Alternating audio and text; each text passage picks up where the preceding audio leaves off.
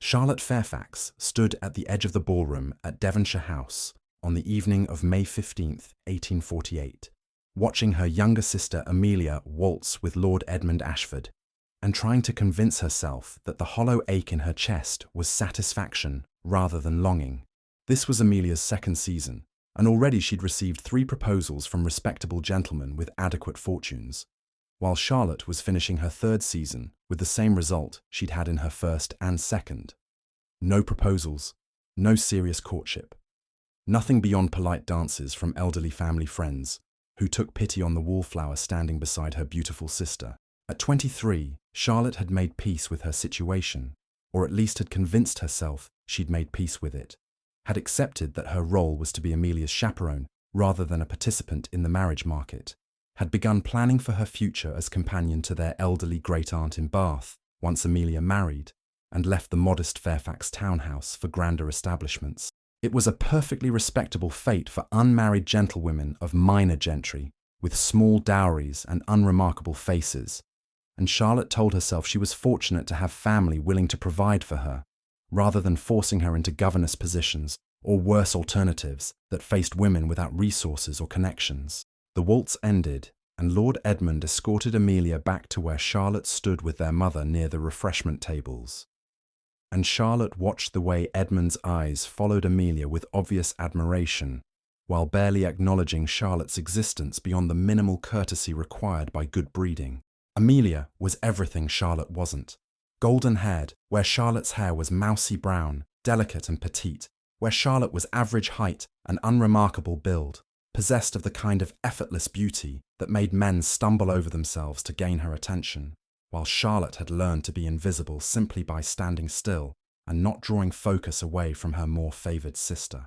"Thank you for the dance, Miss Amelia," Edmund said with his practised charm, bowing over Amelia's hand, with the kind of attention that made it clear he was performing for an audience rather than expressing genuine feeling. "You waltz beautifully.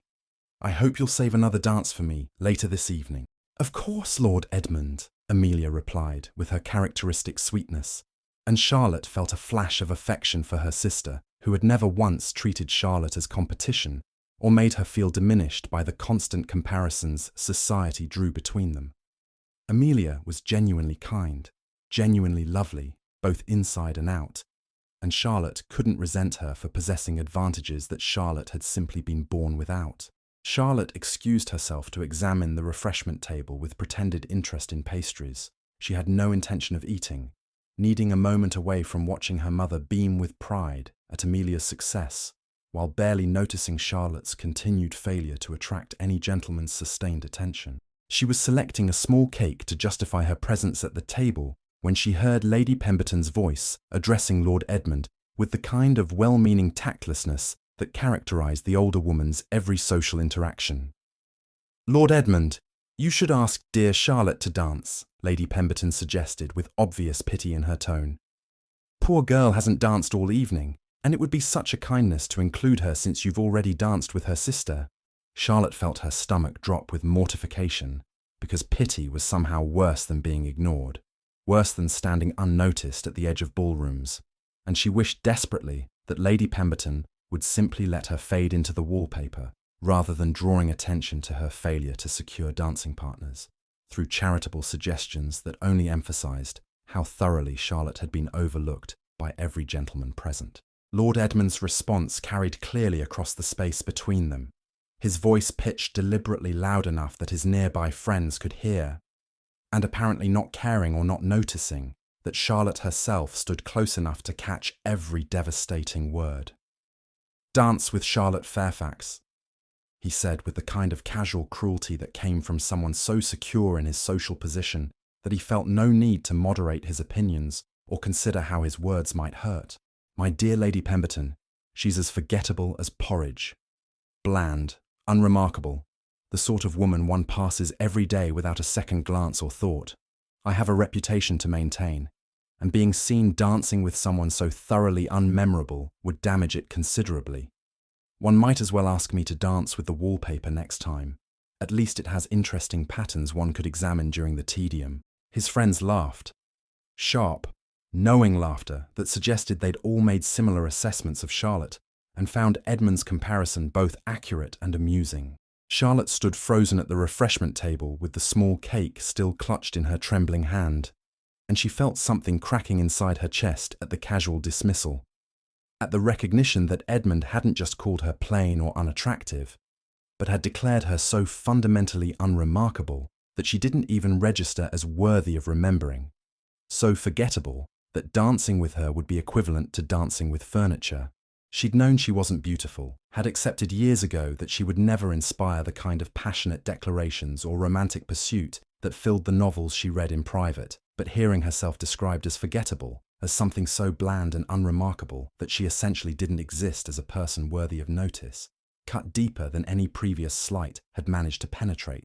It wasn't just that she was undesirable, it was that she was invisible, unmemorable, the kind of person who could disappear entirely without anyone noticing or caring about her absence.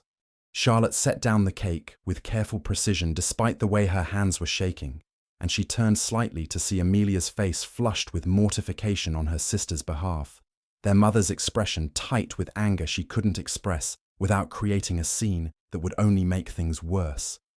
Lady Pemberton, looking genuinely distressed at having provoked such a cruel response through her charitable suggestion, and Edmund himself looked entirely pleased with his performance, basking in his friend's laughter, and apparently feeling no shame about publicly humiliating a woman whose only crime was being insufficiently attractive to merit his attention. Charlotte needed to leave, needed to escape the ballroom before her carefully maintained composure shattered entirely, and she gave Edmund and his friends the satisfaction of seeing her cry. But before she could make her excuses and begin the complicated process of extracting herself from the event without causing further comment, she became aware of movement across the ballroom, of conversations pausing, and people turning to watch someone approaching with clear purpose and commanding presence. A man was crossing the ballroom floor with long strides that suggested barely controlled anger, his bearing so authoritative that the crowd parted to let him pass despite the fact that Charlotte didn't recognize him and couldn't place his position in the complicated hierarchy that governed these social events. He was perhaps 30 years old, tall and well-built, dressed in formal evening wear that was impeccably tailored, but not ostentatious, and his face was set in an expression that combined fury with determination in ways that made Charlotte's breath catch, despite her distress. He stopped directly in front of Charlotte, close enough that she had to tilt her head back slightly to meet his eyes, and she saw that they were remarkable, dark blue and currently blazing with barely suppressed emotion that seemed entirely focused on her, despite the fact that she'd never met this man and had no idea who he was or why he was staring at her with such intensity. "Miss Fairfax," he said, his voice carrying clear through the sudden silence that had fallen across this section of the ballroom, and Charlotte was startled that he knew her name when she was certain they'd never been introduced. "I have been hoping all evening for the opportunity to ask you this, and I apologize for my delay in approaching you properly."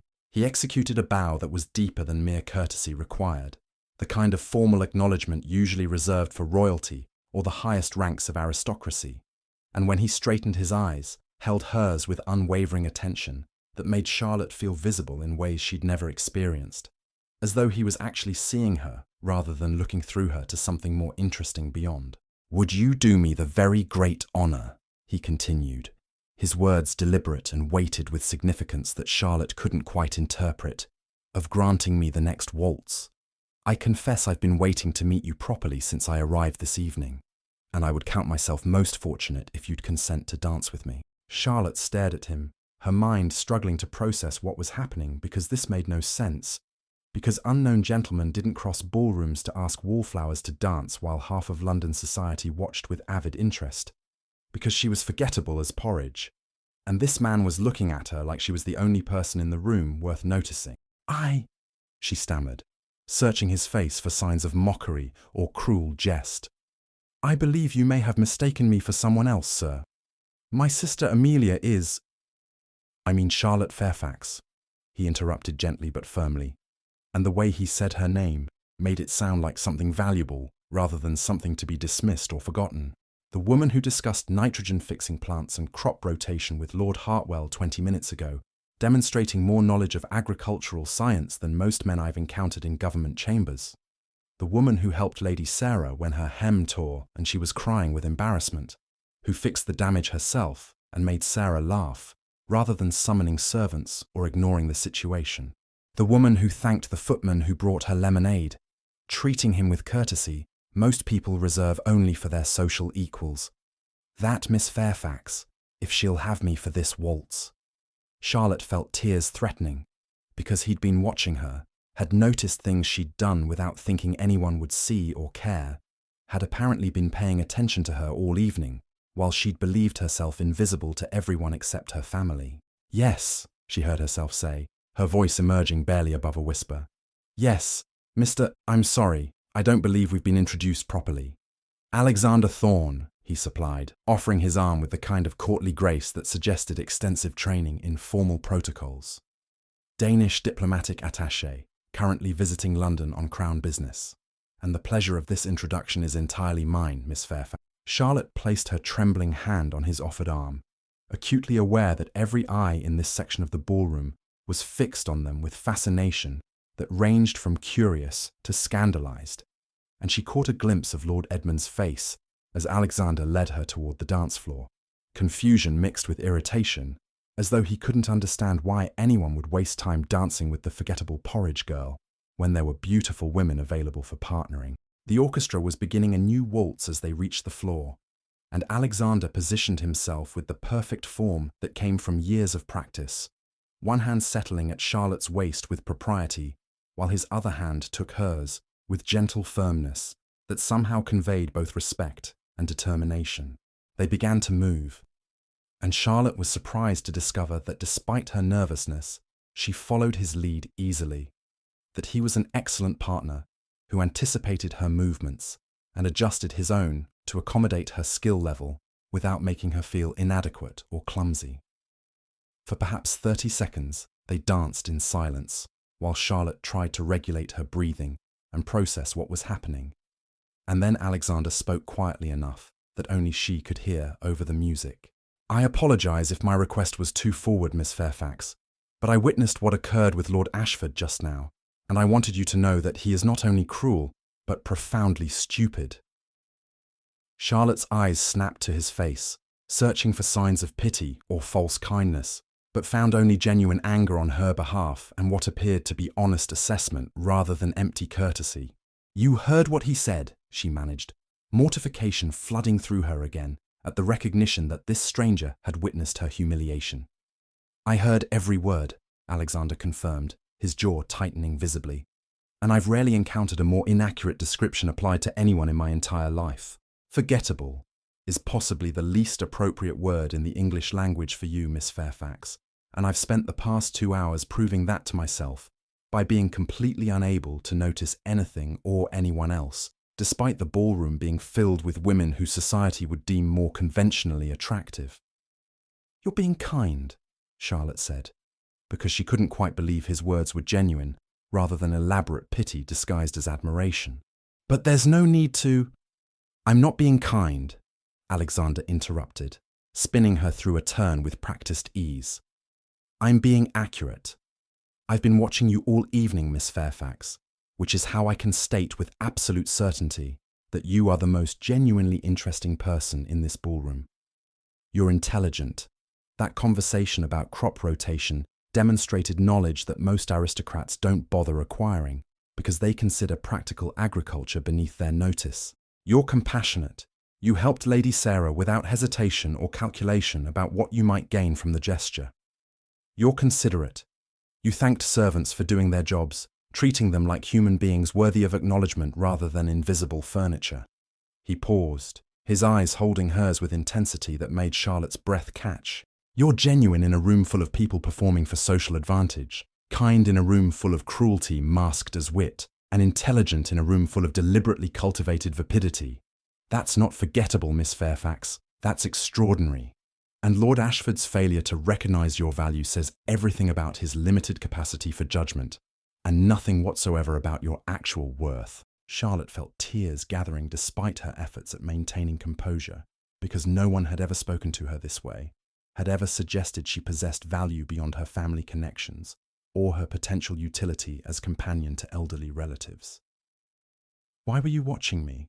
she asked, needing to understand his motivations, because surely handsome diplomatic attachés didn't spend ballroom evenings observing Wallflower.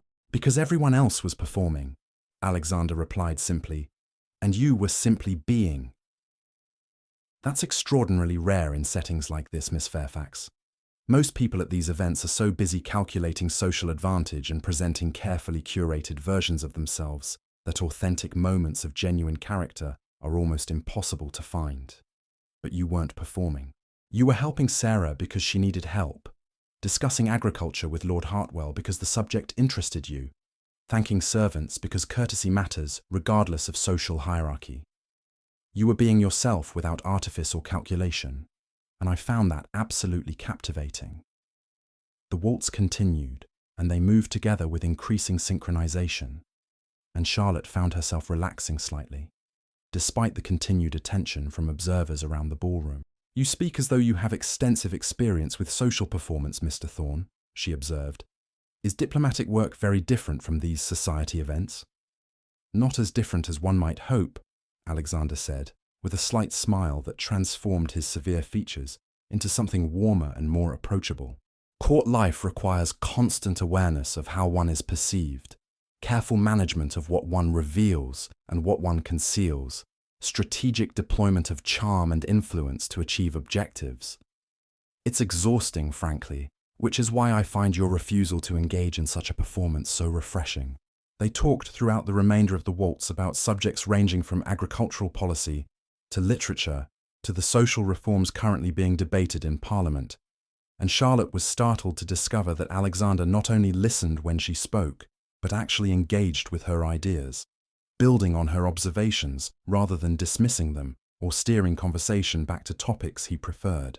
He treated her like an intellectual equal, like someone whose opinions merited serious consideration, and Charlotte felt something unfurling in her chest that might have been hope, despite her habitual wariness about trusting that good things could happen to forgettable girls who weren't beautiful enough to inspire genuine interest. The music ended too soon, and Alexander led Charlotte back toward where her mother and sister waited with expressions that combined delight and confusion in equal measure. "Thank you for the dance, Miss Fairfax," Alexander said formally, bowing over her hand. "I wonder if I might call on you tomorrow afternoon. I would very much like to continue our conversation about soil management techniques, and I suspect you have insights about nitrogen fixation that could benefit the agricultural initiatives currently being discussed in Danish governmental circles." Charlotte stared at him, certain she must have misunderstood, because diplomatic attachés didn't call on unmarried gentlewomen of minor social standing to discuss agriculture. Yes, Mr. Thorne, that would be acceptable. We're at number 12. Grosvenor Square." She provided the address automatically despite her confusion, and Alexander's smile suggested genuine pleasure at her acceptance rather than polite satisfaction at completing a social obligation. "I'll call at 3 o'clock if that's convenient," he confirmed. And then, with final bow to Charlotte's mother and nod to Amelia, he departed with the same commanding presence that had characterized his arrival, leaving Charlotte standing slightly dazed while half the ballroom whispered speculation about who Mr. Thorne was and why he'd singled out Charlotte Fairfax for such obvious attention. "Well," Charlotte's mother said faintly once Alexander was safely out of earshot, "that was unexpected." "He seems very taken with you, Charlotte," Amelia added, with obvious delight for her sister. "And he's quite handsome, don't you think? In that severe, intense way that makes one want to discover what he's thinking." Charlotte nodded, but couldn't quite process what had happened, couldn't reconcile the evening's humiliation at Edmund's hands with Alexander's deliberate public attention and his request to call tomorrow. She glanced across the ballroom and saw Edmund watching her with visible confusion, clearly unable to understand why anyone would waste time on forgettable Charlotte when there were so many more appropriate candidates for masculine attention. And Charlotte felt something that might have been vindication starting to bloom beneath her continued uncertainty about Alexander's true motivations. The following afternoon, at precisely 3 o'clock on May 16th, their butler announced Mr. Alexander Thorne's arrival, and Charlotte descended to the drawing room with her heart racing and her mind filled with doubts that had multiplied overnight as she'd replayed their waltz and conversation. In the harsh light of day, without the ballroom's romantic ambience and her emotional vulnerability after Edmund's cruelty, Charlotte had convinced herself that Alexander's interest was either elaborate pity or some diplomatic obligation she didn't understand, that no one genuinely paid such attention to forgettable wallflowers without ulterior motives she hadn't yet identified.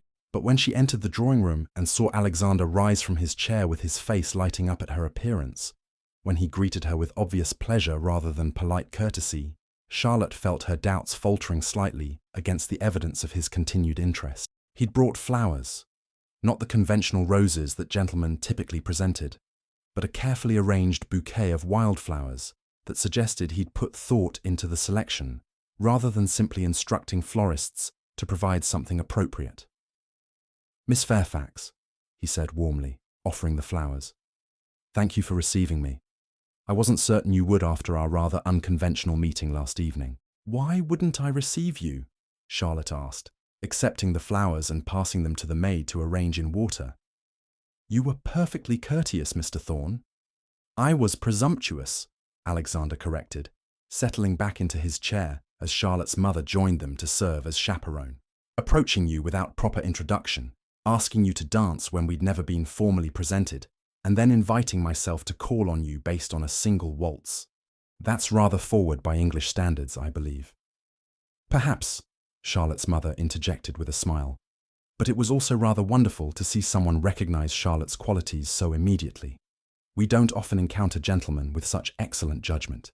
They settled into conversation that ranged across multiple topics: the agricultural reforms Alexander had mentioned, recent developments in literature, the political situation in Europe that was making diplomatic work increasingly complicated. Charlotte's mother participated initially, but gradually withdrew to her needlework as it became clear that Charlotte and Alexander were quite capable of sustaining discussion without maternal intervention.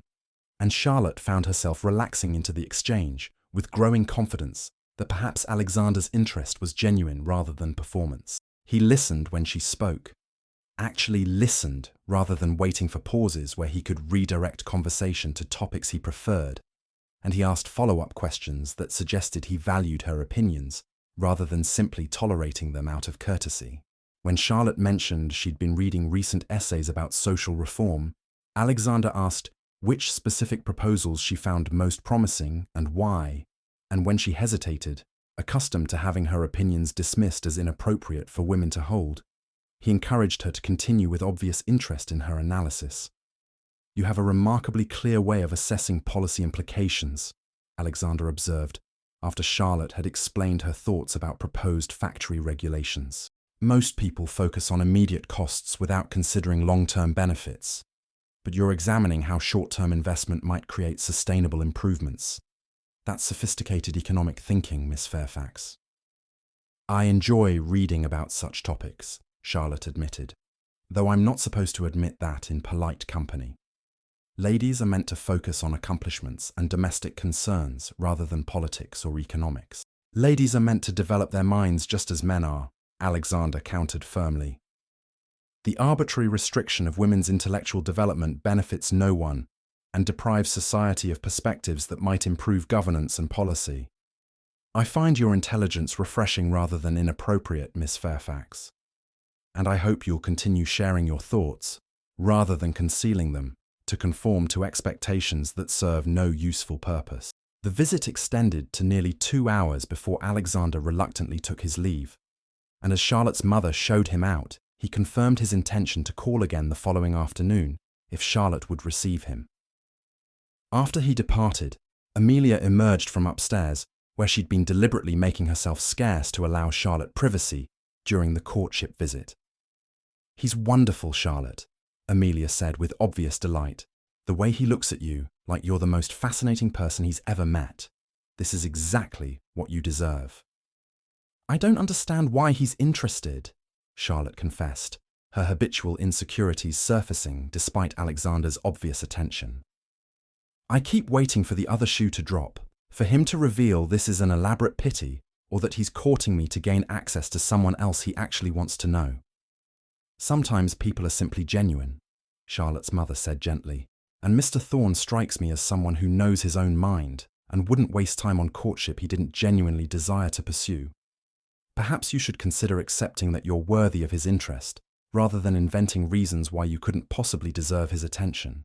Over the following 2 weeks, Alexander called on Charlotte every afternoon that social obligations permitted, and gradually their acquaintance deepened into something that felt increasingly like genuine courtship, rather than charitable attention from someone taking pity on a wallflower.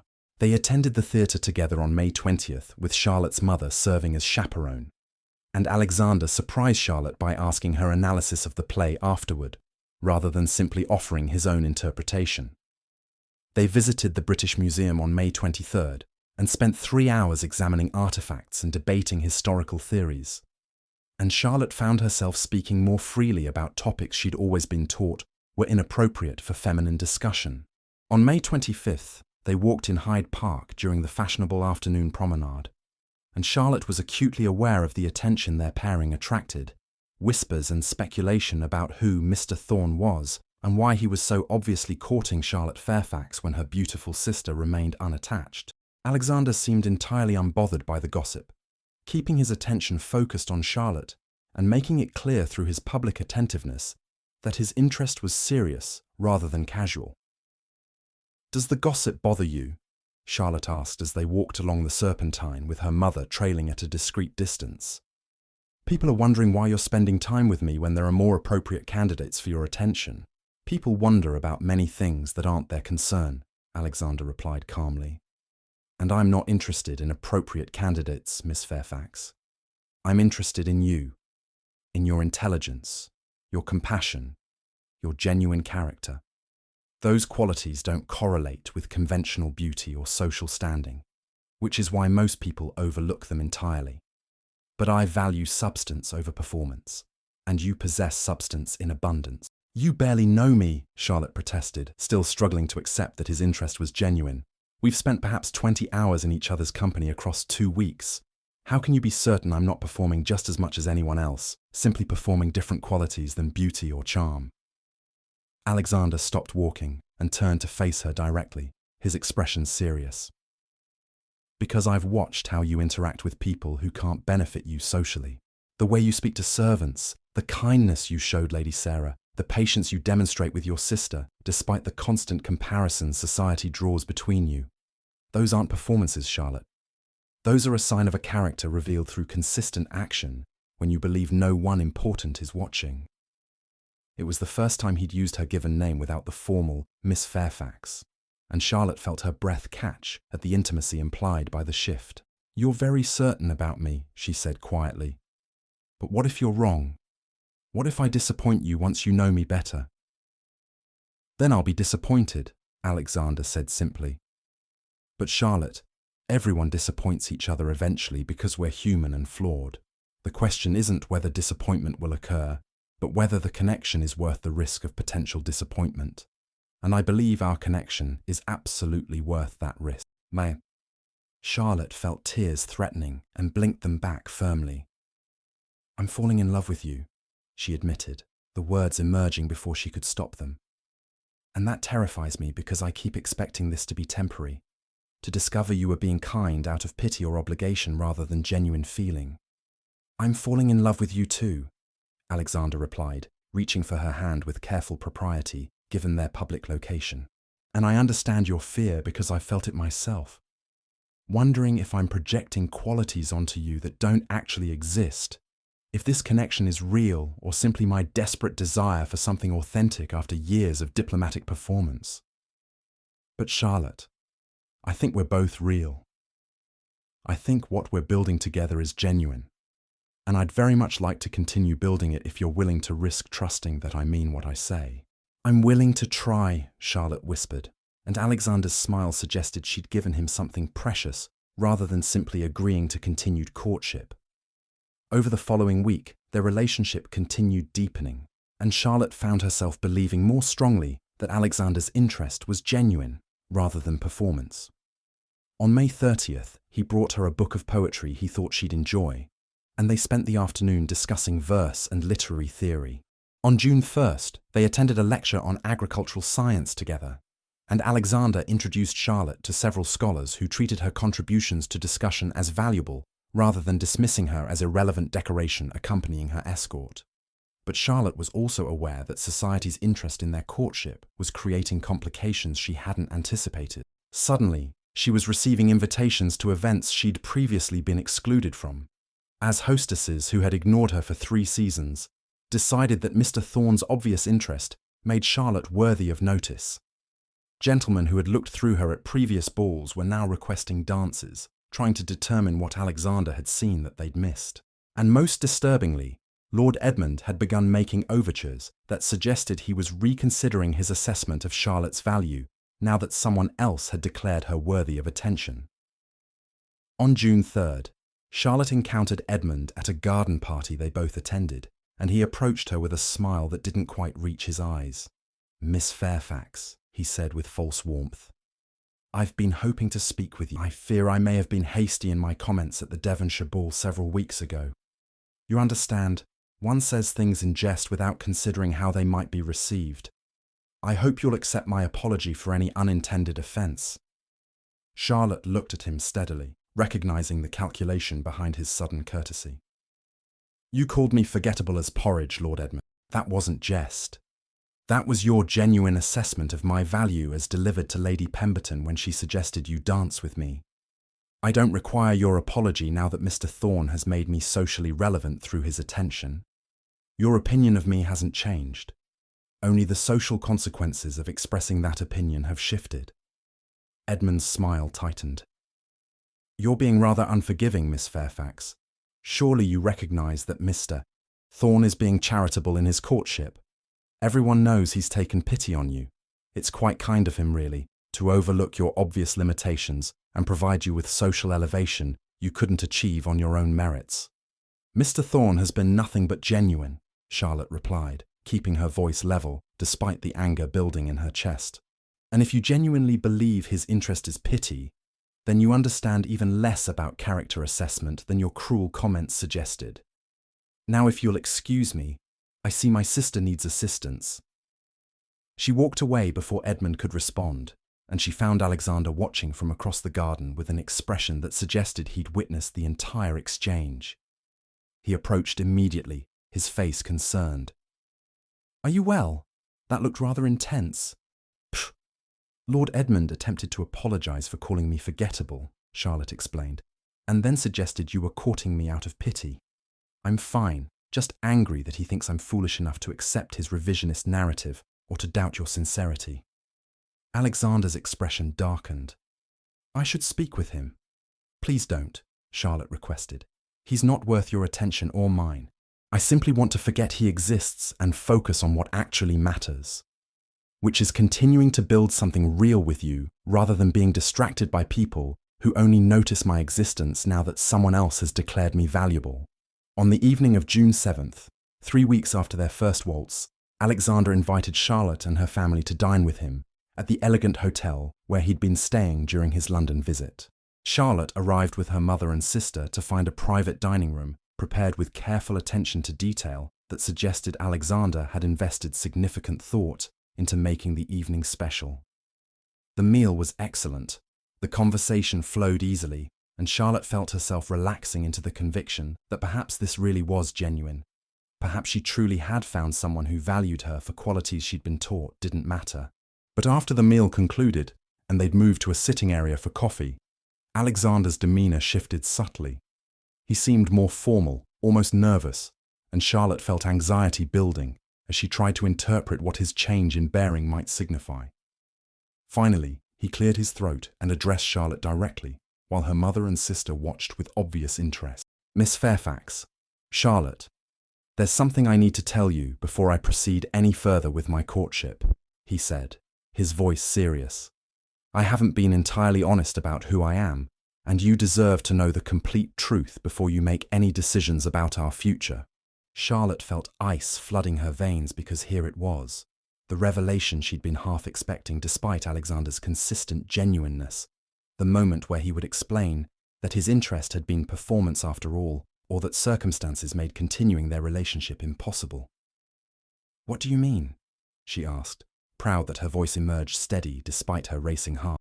Alexander reached into his jacket and withdrew a heavy gold signet ring that bore a royal crest Charlotte didn't immediately recognize, and he slid it onto his finger with practiced ease that suggested he wore such symbols regularly. "My full name is Alexander Christian Frederick," he said quietly, meeting her eyes. "I am Crown Prince of Denmark, heir to the Danish throne. I came to London travelling under my diplomatic title rather than my royal one, because I needed to observe people's true character without the performance that royal attention inevitably creates. And I needed to know whether the feelings developing between us were genuine or simply your response to my position and rank." Charlotte stared at him, her mind struggling to process this information because it changed everything and nothing simultaneously. He was a prince, a crown prince, the future king of Denmark. And he'd been courting her, forgettable Charlotte Fairfax with her small dowry and her minor family connections, while concealing his identity to test whether she was genuine or simply another fortune hunter performing interest to secure advantageous position.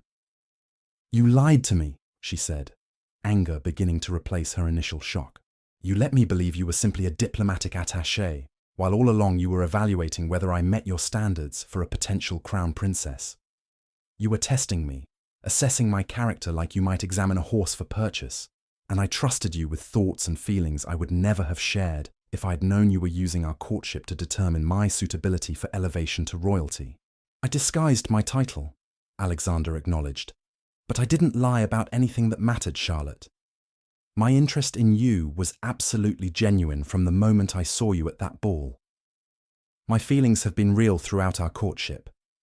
The only deception was failing to mention that I'm a prince, rather than simply a diplomat. And I did that because I needed to know that your feelings for me were about the man I am, rather than about the crown I'll eventually wear." "How can I trust anything you've said when you built our entire relationship on concealment?" Charlotte demanded, rising from her chair because sitting still felt impossible while her world was crumbling around her.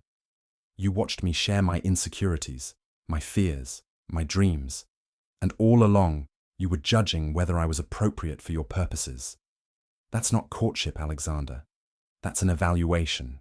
That's treating me like a commodity to be assessed rather than a person deserving of honesty and respect."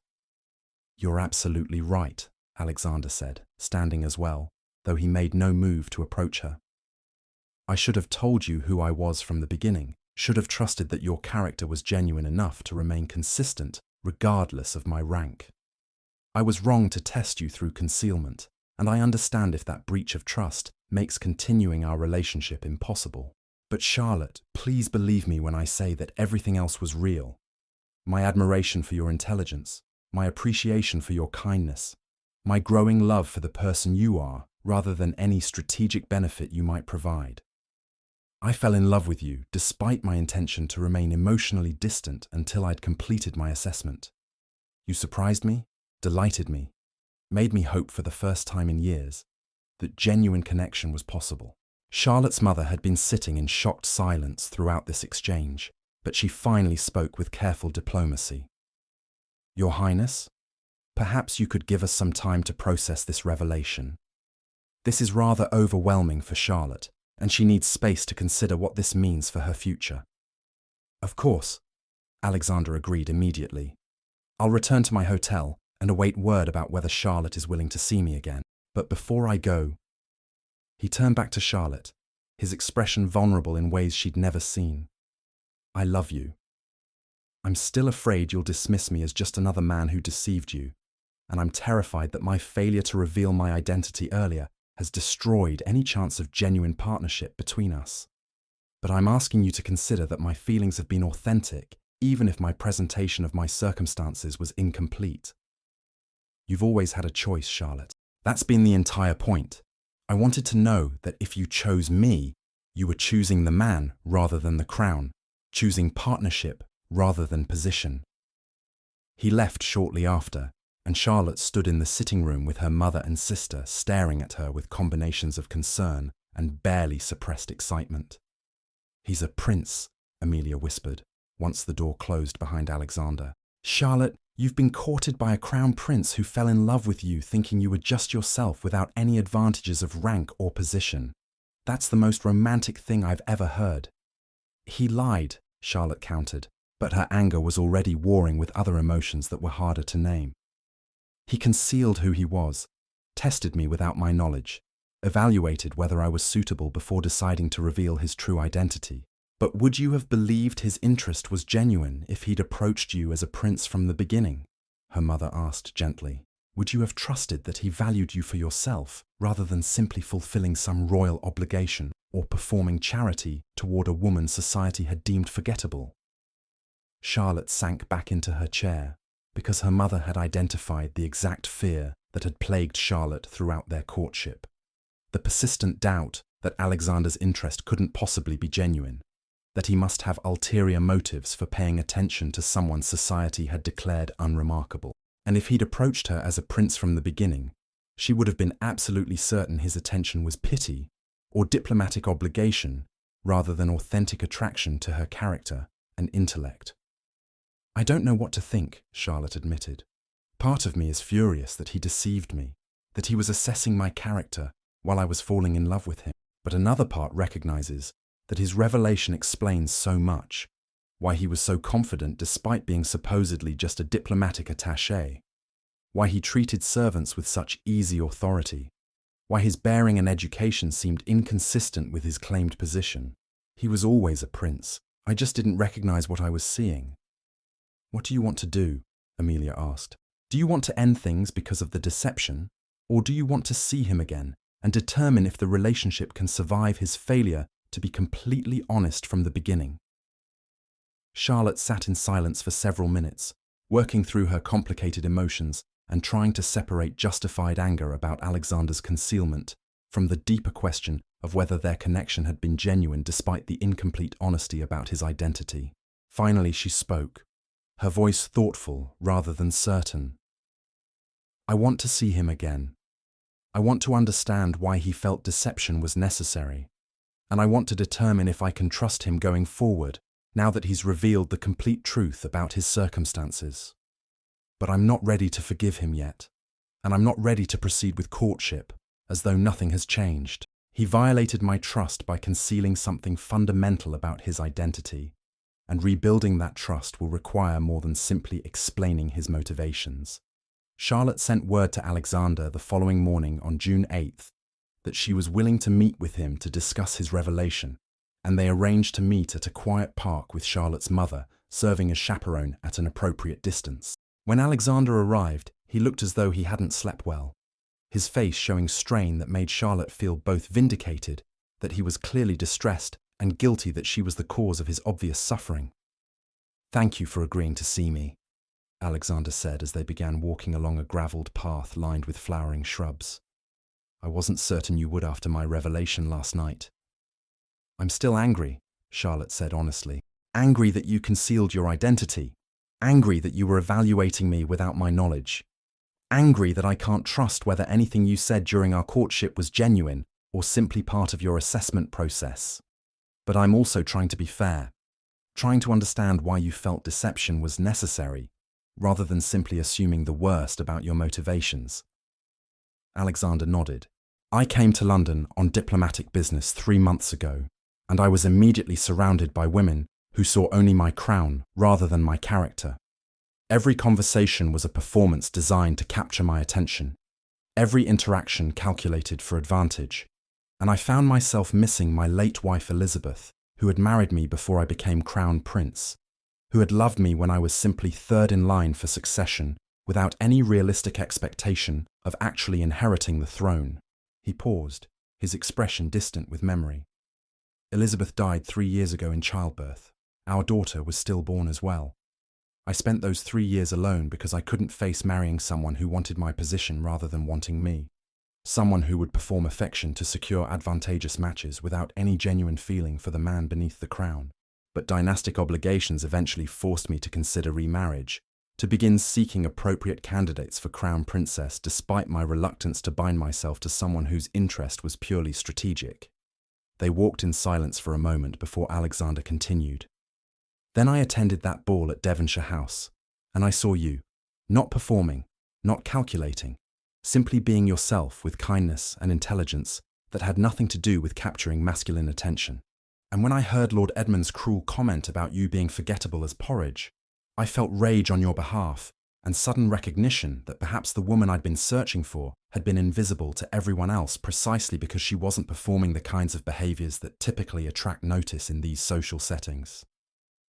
So you decided to test me, Charlotte said, trying to keep the accusation from her tone and not entirely succeeding. I decided to observe you, Alexander corrected gently, to see whether your character remained consistent across multiple interactions, whether your kindness and intelligence were genuine, or simply another kind of performance designed to attract attention through being different from other women. And Charlotte, you were consistent.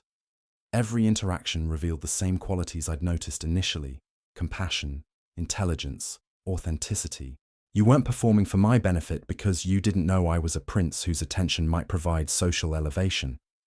You were simply being yourself, and I fell in love with exactly that. Charlotte felt her anger softening slightly, despite her determination to maintain righteous fury about his deception. But you should have told me, she insisted. Once you determined my character was genuine, you should have revealed your identity rather than continuing to let me believe you were simply a diplomatic attaché.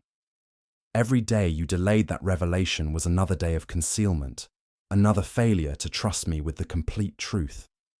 You're absolutely right, Alexander agreed without defensiveness. I should have told you 2 weeks ago when I became certain of my feelings and of your genuine character.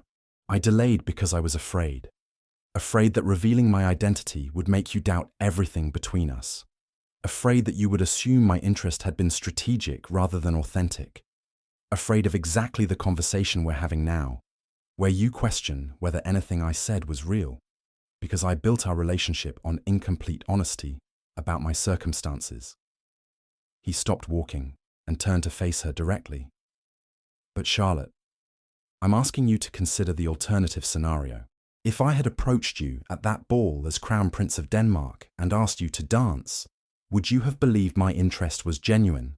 Would you have shared your thoughts and feelings as freely as you did when you believed I was simply a diplomatic attaché without power to use that information for political advantage? Or would you have been so busy doubting my motivations and wondering why a prince would pay attention to forgettable Charlotte Fairfax that you would never have allowed yourself to believe the connection between us was real? Charlotte wanted to argue but recognized the truth in his words because she absolutely would have doubted his interest if he'd approached her as a prince, would have been certain his attention was pity or obligation rather than genuine attraction to her character. That doesn't excuse the deception, she said, but her tone had lost its sharp edge.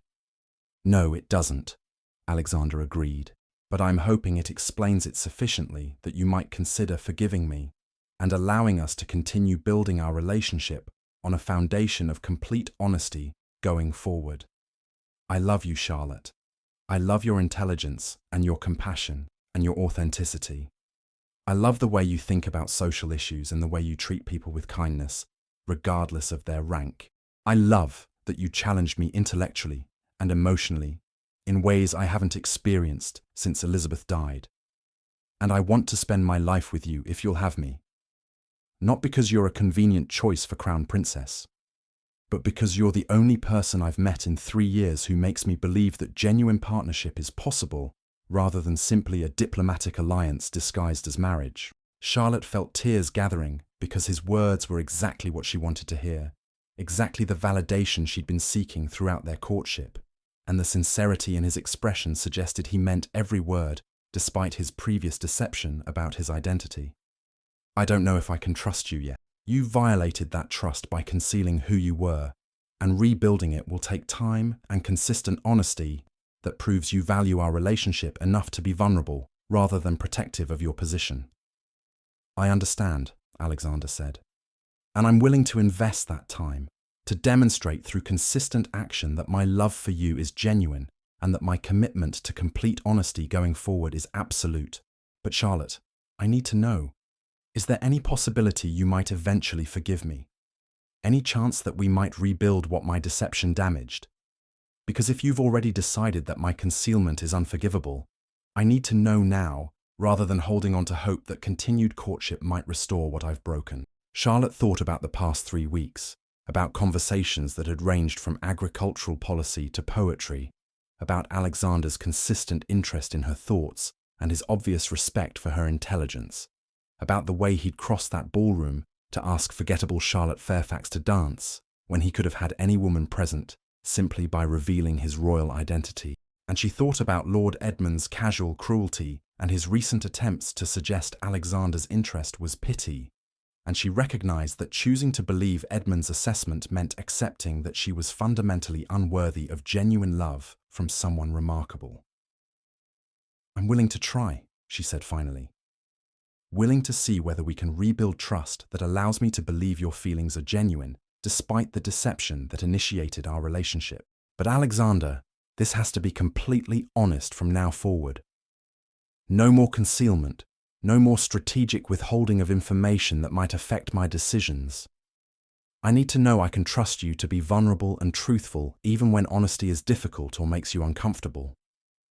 "You have my word," Alexander said, and the relief in his expression was so profound that Charlotte felt her remaining anger dissolving into cautious hope. Complete honesty about everything: my past, my fears, my responsibilities, my family's expectations about appropriate matches for crown princes. You deserve to understand exactly what you'd be accepting if you eventually agree to marry me, and I want you to make that decision with full knowledge of what royal life would entail, rather than discovering unexpected complications after binding yourself to commitments you didn't fully understand. Shun. They continued walking, and gradually their conversation shifted from the fraught topic of Alexander's deception to discussions of what their future might look like if Charlotte eventually decided she could forgive him and accept his courtship despite his initial concealment. Alexander was honest about the challenges. Royal life involved constant public scrutiny, limited privacy, obligations that would require Charlotte to leave England and live in Denmark, expectations about behavior and presentation that would constrain her freedom in ways she'd never experienced. "I won't pretend it's easy," Alexander said. "Royal marriages involve sacrifice and compromise and constant awareness of how one's actions affect not just personal relationships, but political alliances and public perception. But Charlotte, I believe we could build something worthwhile together despite those challenges. I believe genuine partnership is possible even within the constraints of royal obligation, and I believe your intelligence and compassion would make you an extraordinary crown princess who could use her position to effect real change in ways that matter." "That's a lovely vision," Charlotte said carefully. "But it's also terrifying to contemplate. I'm forgettable Charlotte Fairfax who was invisible at society balls 3 weeks ago. How could I possibly manage the responsibilities of being crown princess of an entire country?" "You're not forgettable," Alexander corrected firmly. "You're remarkable, and you've always been remarkable. Society simply failed to notice your value because you weren't performing the behaviors they'd been trained to recognize as worthy of attention. But Charlotte, the qualities that made you invisible in London ballrooms, your genuine character, your refusal to engage in social performance, your focus on substance rather than surface presentation, are exactly the qualities that would make you an effective crown princess. Denmark doesn't need someone beautiful and charming who knows how to perform for social advantage. Denmark needs someone intelligent and compassionate who genuinely cares about people's welfare and who can think strategically about policy rather than simply looking decorative at state functions." Charlotte wanted to believe him, wanted to trust that she could be extraordinary despite society's consistent message that she was forgettable. But years of being overlooked had created insecurities that couldn't be erased through a single conversation, or even 3 weeks of attentive courtship. "I need more time," she said finally. "Time to process your revelation. Time to determine if I can trust you again. Time to understand what I would actually be agreeing to if I eventually accept your courtship with full knowledge of your identity and position." "Take all the time you need," Alexander replied. "I'll wait as long as necessary for you to feel secure in your decision, and I'll answer any questions you have about royal life or my family or expectations for crown princesses. I want you to choose me with full knowledge rather than discovering later that you've bound yourself to circumstances you didn't fully understand when making your commitment. Over the following week, Charlotte wrestled with her decision, while Alexander maintained respectful distance, sending daily notes that assured her of his continued affection while not pressuring her for immediate reconciliation. Charlotte discussed the situation exhaustively with her mother and sister, both of whom had strong opinions about what Charlotte should do, but who ultimately acknowledged that the decision had to be Charlotte's own, rather than something she accepted based on their guidance. On June 15th, 8 days after Alexander's revelation, Charlotte sent word that she was ready to see him again, and they met in the same quiet park where they'd had their difficult conversation the previous week. Alexander arrived looking anxious, and Charlotte felt a pang of sympathy despite her continued wariness about trusting him completely after his initial deception. "I've made my decision," Charlotte said once they'd begun walking along the familiar path. "I'm willing to continue our courtship with full knowledge of your identity and with understanding that you're eventually asking me to consider becoming Crown Princess of Denmark rather than simply wife to a diplomatic attaché. But Alexander, I need you to understand something important about what I'm agreeing to and what I'm not ready to commit to yet." "I'm listening," Alexander said, his full attention focused on her with intensity that made Charlotte feel seen in ways she'd spent 23 years believing were impossible for someone as unremarkable as herself. "I'm agreeing to see you again, to rebuild trust that your deception damaged, to learn about royal life and determine if I could actually manage the responsibilities that would come with marrying you," Charlotte explained. "But I'm not agreeing to marry you yet, and I'm not promising that I'll eventually reach a point where I'm comfortable accepting a proposal.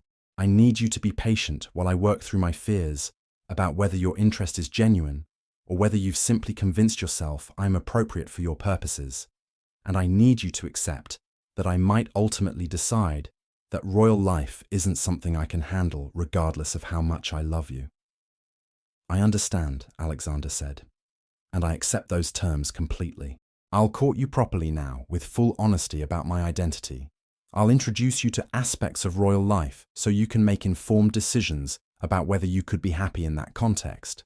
And I'll respect your eventual decision, even if it means accepting that you've concluded marriage to me isn't what you want for your future." They continued walking, and Charlotte felt something settling in her chest that might have been the beginning of forgiveness cautiously extended, despite the hurt his deception had caused. "Why me?" she asked after several minutes of companionable silence. "You're a crown prince who could have any woman you wanted simply by revealing your identity. Why pursue forgettable Charlotte Fairfax, who brings no strategic advantage, and whose primary qualification seems to be that she's genuine in a world full of performance? Because genuine matters more than strategic advantage," Alexander replied immediately. "Because I spent 3 years alone after Elizabeth died, convinced I would never find partnership that felt real rather than performative. And then I saw you being kind to servants and helping distressed debutantes and discussing agriculture with elderly scholars. And I recognized someone who was being herself rather than performing for advantage. And Charlotte, you're not forgettable. You never were forgettable. You were simply overlooked by people who were looking for the wrong things, valuing performance over substance, and missing extraordinary character because it wasn't packaged in conventional beauty or aggressive social positioning." Charlotte felt tears threatening at his words, at the validation she'd been seeking throughout their entire courtship. And she found herself reaching for Alexander's hand with a tentative gesture that he met with gentle firmness that suggested he understood the significance of her willingness to initiate physical contact after a week of careful distance. "I'm still afraid," she admitted. "Afraid this is too good to be true. Afraid I'll discover you were performing interest rather than feeling it genuinely. Afraid that Lord Edmund was right about you pitying me rather than actually valuing me." "Lord Edmund is an idiot," Alexander said flatly. "And I'm going to prove to you, through consistent honesty and continued courtship, that my love for you is absolutely genuine and has nothing to do with pity or charitable impulses. You're remarkable, Charlotte Fairfax. You've always been remarkable. And I consider myself extraordinarily fortunate that you're willing to give me another chance despite my failure to be completely honest from the beginning of our relationship. Over the following 3 weeks, Alexander courted Charlotte with the kind of deliberate attention that gradually eroded her remaining doubts about his sincerity, and Charlotte found herself falling more deeply in love, while simultaneously learning about the realities of royal life that would become her existence if she eventually agreed to marry him. Alexander was completely honest about the challenges: constant public attention, limited privacy, obligations that would constrain her freedom, expectations about behavior and presentation that would require her to perform roles she'd spent her life avoiding. But he was also honest about the opportunities: the chance to use royal position for meaningful social reform, access to resources that could fund initiatives she cared about, and a platform to advocate for changes that might improve people's lives. And most importantly, Alexander made clear that he viewed their potential marriage as genuine partnership, where Charlotte's intelligence and judgment would be valued, rather than simply tolerating her opinions while making unilateral decisions about matters affecting both of them. On July 8th, exactly 2 months after their first waltz, Alexander invited Charlotte for a private dinner at his hotel and asked her mother's permission to propose formally, which Mrs. Fairfax granted with obvious delight, despite her lingering concerns about Charlotte's preparedness for royal responsibilities. Charlotte arrived at Alexander's suite with her heart racing and her mind filled with the speech she'd prepared about needing more time, about not being ready to commit, despite her growing certainty that she loved him and wanted to build a future with him. But when she entered the elegant sitting room and saw Alexander waiting with expression that combined hope and fear in equal measure, when he immediately crossed to take her hands with gentle reverence that suggested he understood exactly how significant this evening was for both of them, Charlotte's carefully prepared speech dissolved into simple truth that emerged without conscious decision to speak. "I love you," she said, before Alexander could launch into whatever formal proposal he'd clearly prepared. "I love you despite the fact that you initially deceived me about your identity, despite my fears about whether I'm adequate for royal responsibilities, despite Lord Edmund's persistent suggestions that your interest is pity rather than genuine affection. I love you because you see me, really see me, rather than looking through me to something more interesting. I love you because you value my intelligence and my compassion and my authenticity. I love you because you crossed that ballroom when I was invisible to everyone else, and you asked me to waltz when society had declared me forgettable as Porridge." Alexander's expression transformed into something so joyful that Charlotte felt her breath catch at the recognition that she had power to make the Crown Prince happy, simply by acknowledging feelings she'd been trying to protect by withholding. "Charlotte," he began, but she held up her hand to stop him. "Let me finish," she requested. "I love you, and I want to marry you, and I'm terrified that I'll fail at being Crown Princess because I'm completely unprepared for royal responsibilities, and I have no idea how to navigate court politics or manage constant public attention.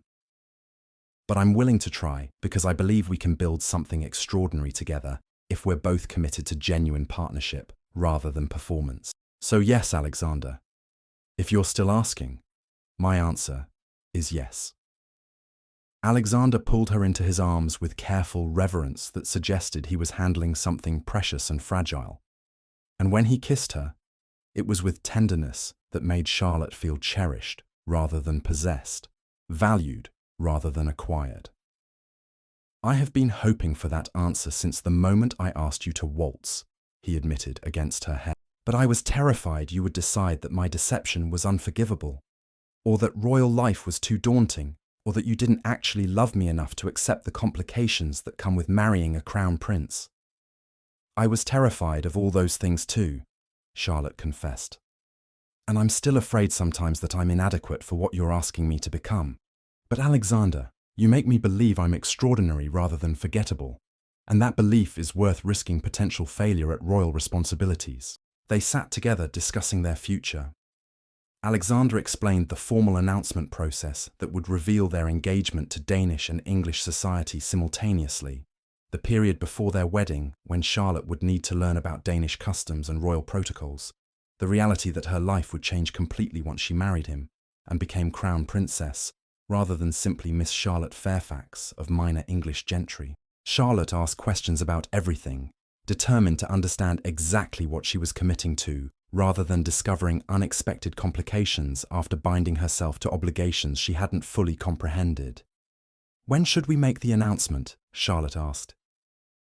"I imagine you'll want time to prepare your family and Danish society for the fact that you're marrying an unknown English gentlewoman, rather than a strategic alliance with an appropriate royal house. I want to announce our engagement at the next major London ball," Alexander said firmly. "I want everyone who overlooked you or mocked you or declared you forgettable to see exactly what they missed through their limited capacity for recognizing genuine value. And specifically, I want to make the announcement at Lady Pemberton's ball on July 12th, which will give us 4 days to prepare and which will ensure that Lord Edmund is present to witness your vindication." Charlotte felt something that might have been vindictive satisfaction at the prospect of Edmund learning that the woman he'd declared forgettable as Porridge was about to become Crown Princess of Denmark, but she tried to moderate her less charitable impulses. "I don't need revenge against Edmund," she said. "His cruelty hurt me terribly, but proving him wrong isn't why I'm marrying you." "I know," Alexander replied, "but I want him to understand. I want everyone to understand that you were never forgettable. You were extraordinary all along, and they simply lacked the wisdom to recognize your value. This isn't about revenge, Charlotte.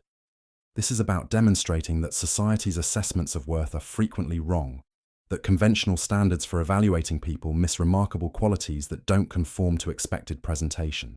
On the evening of July 12th, Charlotte arrived at Lady Pemberton's grand ball, wearing a gown of deep sapphire silk that Alexander had commissioned for the occasion, and she felt transformed, not because the dress made her beautiful, but because she finally believed she deserved to take up space in these social settings, rather than apologizing for her existence through strategic invisibility.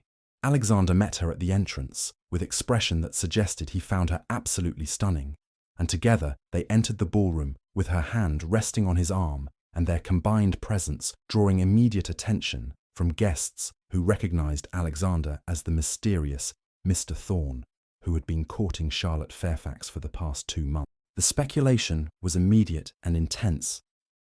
Whispered questions about who Alexander really was, and whether the courtship would result in marriage, or whether he would ultimately prove to be another man using Charlotte for purposes she didn't fully understand. Charlotte saw Lord Edmund across the ballroom looking vaguely uncomfortable, clearly aware that his cruel comments about Charlotte being forgettable had become legendary for entirely wrong reasons, now that someone had declared her worthy of sustained attention. Lady Pemberton approached them with obvious curiosity, barely concealed beneath social courtesy, and Alexander greeted her warmly, before requesting permission to make an announcement to the assembled guests. Lady Pemberton agreed with delight that suggested she was thrilled to host whatever dramatic revelation was forthcoming, and within minutes the ballroom had quieted, as guests realized something significant was about to occur. Alexander guided Charlotte to the center of the ballroom floor, where they could be easily seen by everyone present, and he kept his hand firmly holding hers as he addressed the assembled crowd with the kind of authoritative bearing that made his royal heritage suddenly obvious to anyone paying attention. "Ladies and gentlemen, I apologize for the interruption of your evening's entertainment, but I have an announcement that I wish to share in this particular setting with these particular witnesses." He paused, his eyes finding Charlotte's with warmth that made her heart race despite her nervousness about becoming center of attention for hundreds of aristocrats who had spent 3 seasons ignoring her existence. "My name is not Alexander Thorne, though that is the identity I've been using during my time in London. My full name is Alexander Christian Frederick, and I am Crown Prince of Denmark, heir to the Danish throne.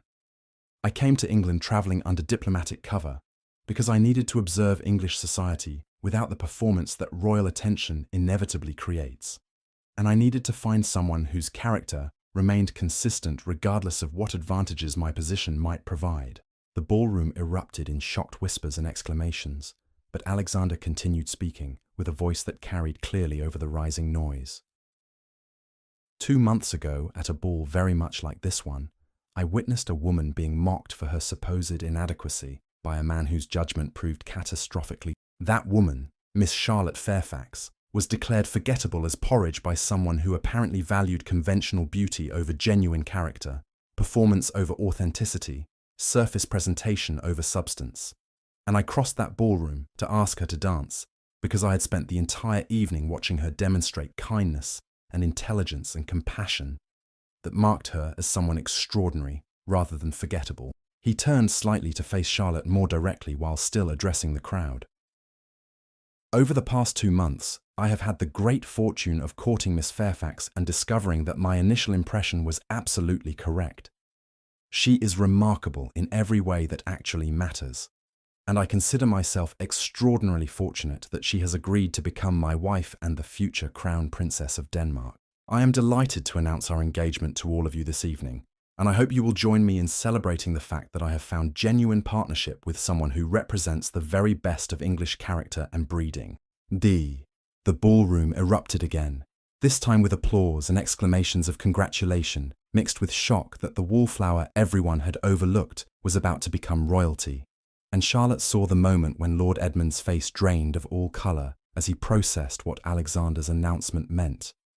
He had publicly mocked the future Crown Princess of Denmark, had declared her forgettable when she was about to become one of the most visible women in European royal circles, had demonstrated judgment so poor that his social standing would be permanently damaged by the comparison between his assessment and Alexander's choice. Charlotte felt vindication flooding through her, not because Edmund was being humiliated, but because Alexander's public declaration had validated everything she'd hoped was true about their relationship. His interest was genuine rather than performance. His love was real rather than charitable impulse. His commitment to her was absolute rather than strategic positioning. She was no longer forgettable Charlotte Fairfax, who apologized for existing. She was Charlotte Fairfax, who a crown prince had chosen specifically because of qualities that conventional society had failed to recognize as valuable. Alexander led her into a waltz as the orchestra began playing, and as they moved together with the practiced synchronization that came from 2 months of dancing together at various social events, Charlotte felt tears gathering despite her best efforts at maintaining composure. "Thank you," she whispered. "Thank you for seeing me when everyone else looked through me. Thank you for valuing qualities I'd been taught didn't matter. Thank you for making me believe I'm extraordinary rather than forgettable." "You were always extraordinary," Alexander corrected gently. "I just had the wisdom to notice what everyone else missed through their limited understanding of what actually constitutes value. And Charlotte, I promise you that I will spend the rest of our lives ensuring you never again doubt that you deserve to be seen and valued and loved exactly as you are." The waltz continued, and Charlotte was aware of hundreds of eyes watching them with combinations of shock and delight and envy.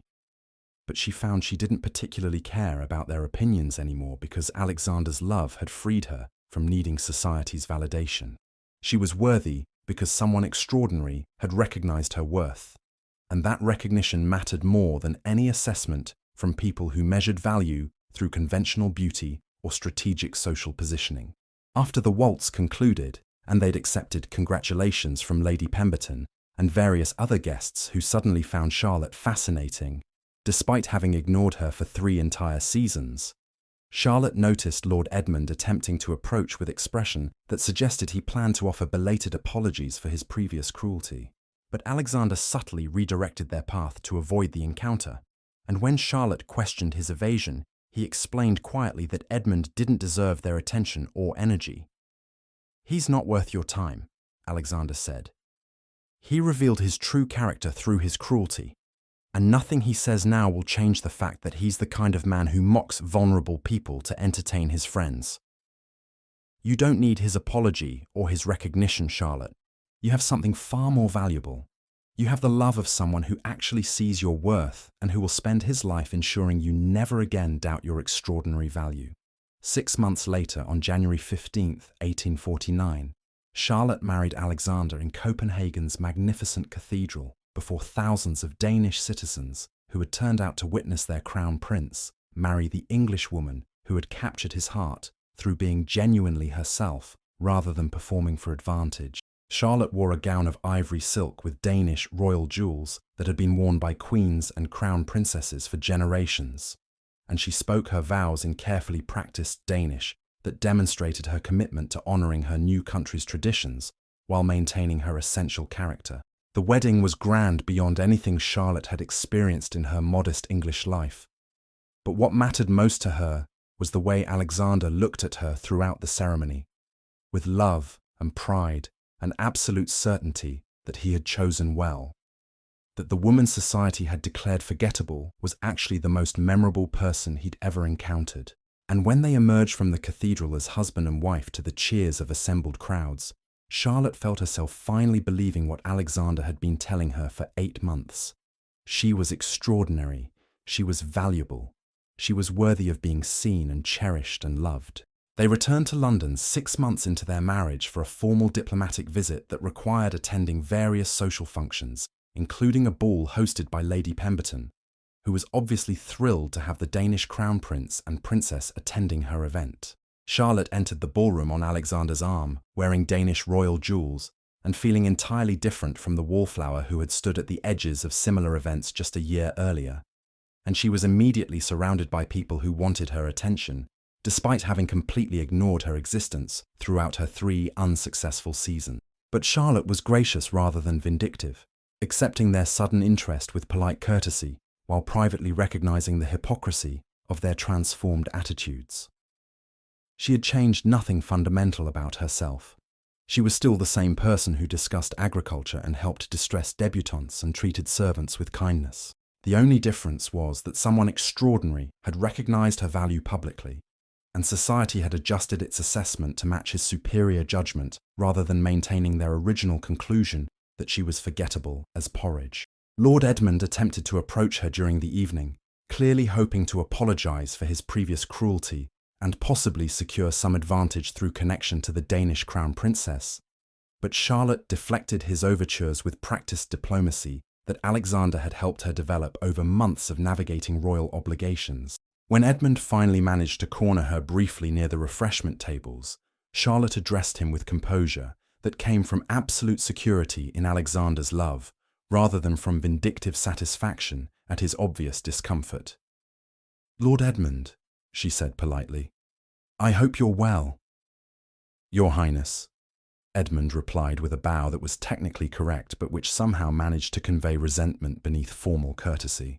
"I wanted to apologize for my comments at the Devonshire ball last year. I spoke hastily and without proper consideration, and I hope you'll forgive my poor judgment."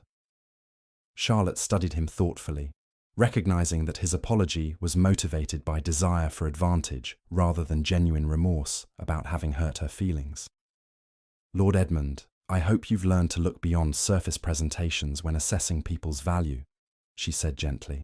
"You never know who might surprise you with qualities you hadn't noticed because you were attending to the wrong things. I wish you well in your future endeavors, but I'm afraid I don't have time for extended conversation this evening. My husband is waiting, and I find I much prefer his company to retrospective discussions of past slights that no longer have power to wound me." She walked away before Edmund could respond, and she found Alexander watching from across the ballroom with an expression that suggested he'd witnessed the entire exchange. He approached immediately and took her hand with a gentle squeeze that communicated support and pride in how she'd handled the awkward encounter. "You were remarkably gracious," he observed. "More gracious than he deserved, frankly." "I don't need revenge," Charlotte replied. "He hurt me terribly with his cruel comment, but you healed that wound by seeing my value when everyone else declared me forgettable. Edmund's opinion doesn't matter anymore, Alexander. The only opinion that matters is yours, and you've spent the past year demonstrating through consistent love and partnership that you genuinely believe I'm extraordinary, rather than simply adequate or convenient." "You are extraordinary," Alexander confirmed, pulling her into the waltz as the orchestra began a new set. "You've always been extraordinary, Charlotte. Society simply needed someone with wisdom to point out what should have been obvious to anyone actually paying attention. And I consider myself remarkably fortunate that their blindness allowed me to find you before someone else recognized your value and claimed your heart." They danced together, with practiced synchronization that came from months of partnership, both personal and political, and Charlotte felt profound gratitude for the journey that had brought her from forgettable Wallflower to beloved Crown Princess. She hadn't changed fundamentally. She was still the same person who valued substance over surface, authenticity over performance, genuine connection over strategic positioning.